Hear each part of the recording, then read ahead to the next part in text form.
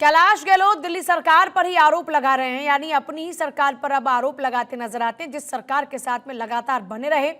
अब इसके बाद में कई पॉलिटिकल रिएक्शन आने शुरू हो चुके हैं, खास तौर पर बीजेपी ने तो इस पर मोर्चा संभाल लिया है। अब देखिए क्या कुछ कह रहे नेता। अरविंद केजरीवाल और उनका लुटेरों का गैंग जो दिल्ली की जनता को लूटने में लगा है, कैलाश गहलोत उसके भागीदार नहीं बनना चाहते।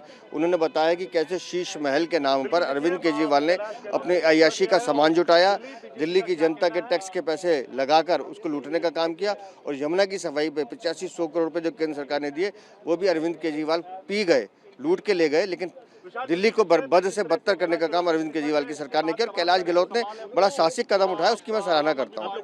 मैं भी हैरानी हूँ, मगर जिस प्रकार से आम आदमी पार्टी के मुखिया अरविंद केजरीवाल का चाल चलन, दिल्ली के लोगों को जिस तरह से उन्होंने जीवन नारकीय बनाया है, जहरीला हवा, प्रदूषित पानी, प्रदूषित यमुना जी, तो हो सकता है कि उनके साथ रहने वाले बहुत सारे लोग अब उनसे अपना विचार नहीं मेल खाते हैं।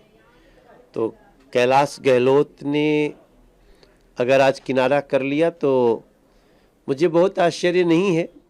इसका मतलब कि कहीं न कहीं कैलाश गहलोत अरविंद केजरीवाल के उस पाप नगरी में अपने को अब नहीं रखना चाहते हैं। हाँ, यही तो आम आदमी पार्टी के पाप हैं।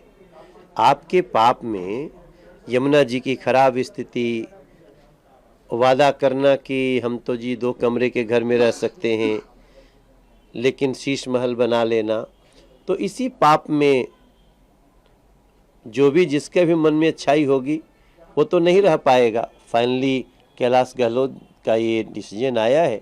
अभी डिटेल मुझे पता नहीं है क्या है कैसे है, मगर मुझे लगता है कि अरविंद केजरीवाल के साथ अब कोई भी जिसके अंदर थोड़ा भी अच्छाई होगी वो रहना नहीं चाहेगा।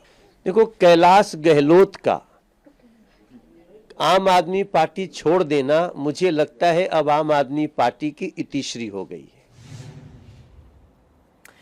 बीजेपी भले ही आरोप लगा रही है कि हमें कोई वजह पता नहीं, लेकिन जो भी अच्छा इंसान होगा वो ऐसी पार्टी के साथ नहीं रहेगा। पॉलिटिकल एडिटर हमारे साथ जुड़ गए अदिति नागर। लेकिन अदिति, एक बड़ा सवाल ये है कि आपसे बेगाने क्यों हो गए गहलोत? इतने टाइम तक सरकार में मंत्री रहने के बाद चुनाव की करीबियां और चुनाव की करीबियों के बीच आपसे बेगाना हो जाना, ये यूं ही तो नहीं?